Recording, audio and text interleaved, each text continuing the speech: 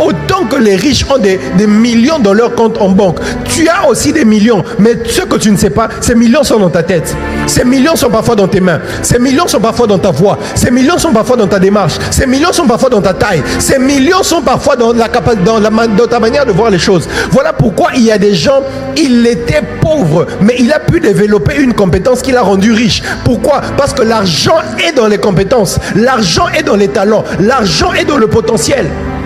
Je l'ai déjà enseigné ici. Dans le passage où la Bible parle des talents, le mot là, talent, c'est l'une des premières fois qu'on utilise ça dans le dictionnaire.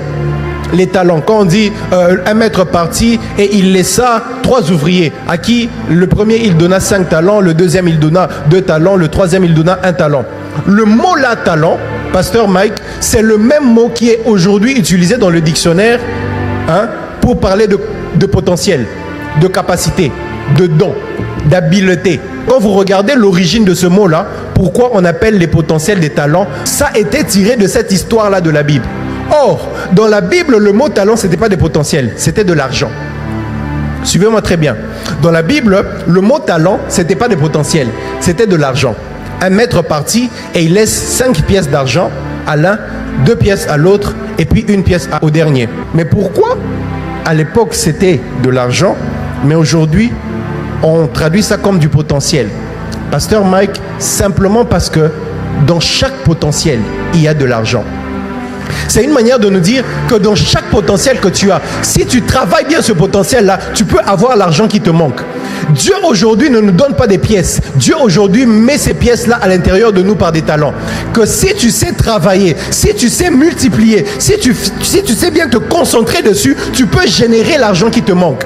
Voilà pourquoi, si tu as du potentiel, tu as des talents, tu as des habiletés, mais que tu es zéro dans ton compte en banque, le problème, ce n'est pas Dieu, c'est toi. Dieu t'a donné de l'argent, mais sous une autre forme. Ça s'appelle des talents. Dis à ton voisin, le talent que tu as, c'est l'argent que Dieu t'a donné. Dieu a enfoui ça comme ça. Ah, Pasteur Mike, est-ce que je peux aller beaucoup plus loin? L'or et l'argent appartiennent à Dieu. Mais des minéraux comme l'or, l'argent et les matières précieuses, on ne les trouve pas sur la terre, on les trouve sous la terre. Seigneur, ça coûte cher, c'est de l'argent, ça a de la valeur, mais pourquoi tu as mis ça en dessous? L'or que l'on exploite aujourd'hui n'est pas trouvé sur la terre, c'est trouvé sous la terre.